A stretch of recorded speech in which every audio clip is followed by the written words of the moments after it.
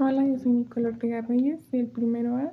Voy a hablar sobre la Nueva España. Voy a comenzar hablando sobre un personaje muy importante dentro de esta historia, que es Hernán Cortés. Hernán Cortés fue un conquistador español que lideró la expedición para la derrota del Imperio Azteca.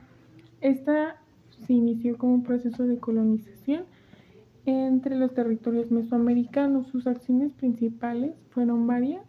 Comenzó con esta, que fue la derrota. Después de esto tiene la fundación de Villarrica, que fue el primer ayuntamiento entre México y América, en la villa de Veracruz. Después tuvo alianzas indígenas. Estas consistían entre los conflictos aztecas, como los totonacas, lo que proporcionó miles de guerreros y recursos para su campaña, es decir, para formar un ejército mayor, el cual lo pudieran ayudar a hacer próximas conquistas. La conquista de Tenochtitlan fue en 1521, después de varias batallas, y a esta se le considera como la Noche Triste. Hernán Cortés tuvo varios aliados.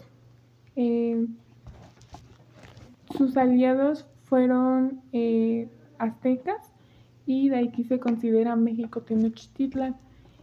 Yo ya había nombrado que fue en 1521, y esto fue con la caída del Imperio Azteca.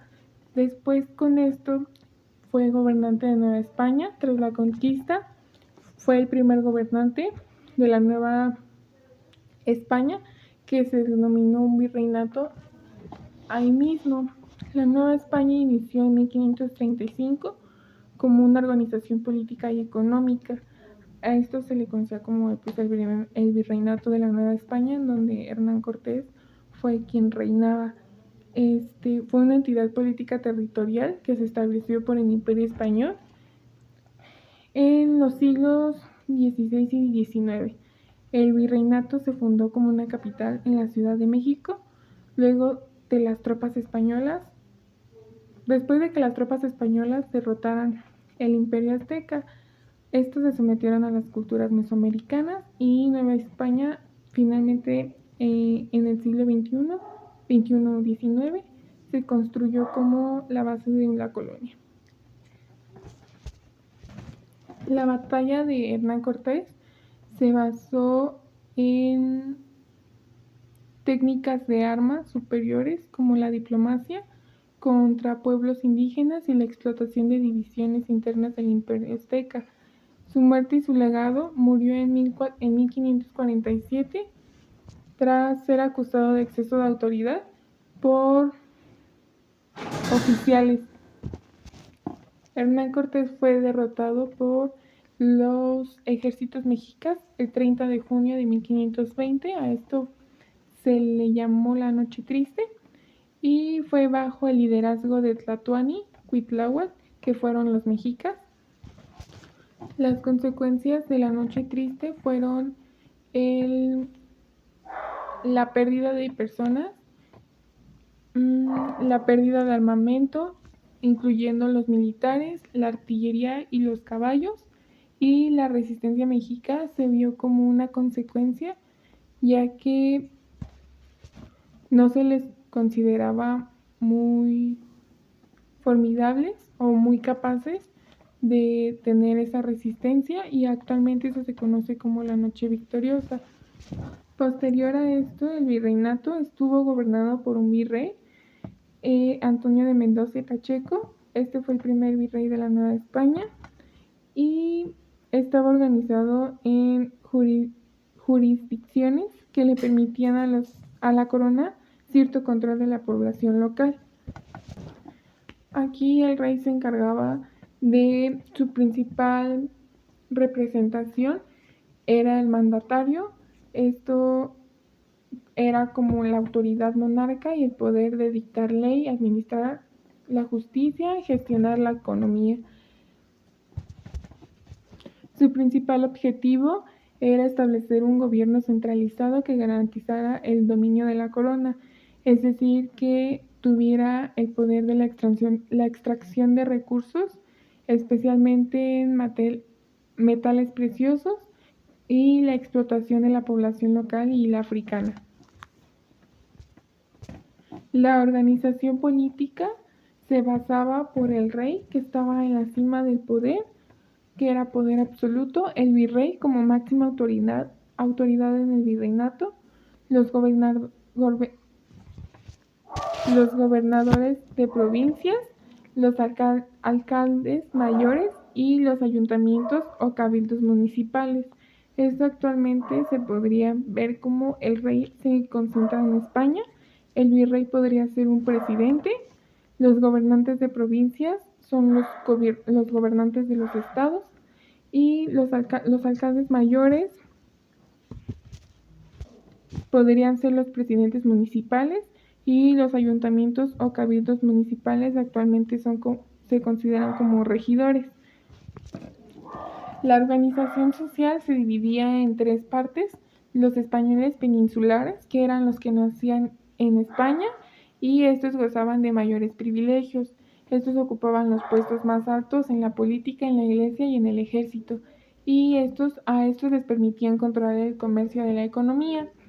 El segundo aspecto es el criollo, que eran los hijos de españoles nacidos en América. Estos no tenían ningún acceso a las cargas de poder más importantes, estaban como más limitados. Y la nobleza indígena, que es el tercer aspecto, que eran los nacidos en México. Estos eran los pequeños grupos nativos y se conservaban ciertos privilegios y temas dentro de en este aspecto. En la etapa de la evangelización, este fue un proceso en donde se implementó el catolicismo y la cultura occidental, esto en los territorios conquistados por Hernán Cortés. Esto fue impulsado por las órdenes religiosas, como los franciscanos, que estos fueron los primeros en llegar en el año 1524 y estaban centrados en la educación y la creación de misiones y escuelas. Después serían los dominicos. Los dominicos se enfocaron en la enseñanza doctrinal y la producción de textos religiosos. Después de esto vienen los agustinos, que eran los que llevaban el cristianismo a zonas más remotas y fundaron áreas como los selváticos. Después de esto serían los jesuitas, y estos destacaron por su educación y la formación de élites criollas y la expansión del misionario en el norte del virreinato. Esto justificó la expansión imperial española eh, guiada por Hernán Cortés, y con la finalidad de que las órdenes o las misiones creadas, escuelas, hospitales y todo eso que abarcaba, no fueran tan fáciles y no generaran tantos conflictos. Esto hizo que se creara una fe católica en la cual las creencias y las prácticas prehispánicas dieran un origen a las tradiciones, culturas y religiones que hoy mismo persisten en México. Esto actualmente sí tiene un impacto y un legado. Empieza desde el catolicismo, actualmente existe esa religión y se lleva a cabo, y las nuevas tradiciones actualmente se implementaron o se adaptaron a algunas tradiciones que anteriormente se habían colocado por el proceso de evangelización y la labor de los frailes y la resistencia y la adaptación indígena. Estos se basan más en los pueblos originarios de México, América, en los cuales se les inculcaba la fe, y ese era su método en el cual ellos se adaptaban por medio de la fe, en la cual aquí entraban los mitos, culturas, tradiciones, entre otras muchas más. Para dejar más claro el concepto de evangelización, estas no se radicaron en las creencias religiosas o indígenas, sino más bien que crearon una mezcla de todas estas con el cristianismo. La organización económica, su principal objetivo era el sustento de tres aspectos, que sería la minería, en especial la plata, la agricultura y la ganadería. Se manejaban dos tipos de comercio: el comercio interno, que era el que se realizaba a través de sus tianguis, plazas, y era con productos agrícolas, ganaderos y mineros distribuidos por los arrieros. Después estaría el comercio externo, que este se daba en Veracruz y Acapulco. En Veracruz se conectaba con España intercambiando productos como la vainilla y el grano de cochinilla. Y en Acapulco era una ruta que iba hacia Asia, y principalmente era a través de las, los galeones de Manila, y se traían productos como sedas, especies y el marfil. Por medio de esta organización económica se pudieron implementar o innovar nuevas plantas, animales y tecnologías que actualmente transformaron la producción social y local. Y como última aportación, la base laboral indígena fue muy importante, ya que la población indígena era la que extraía, o la principal mano de trabajo de este tipo de actividades.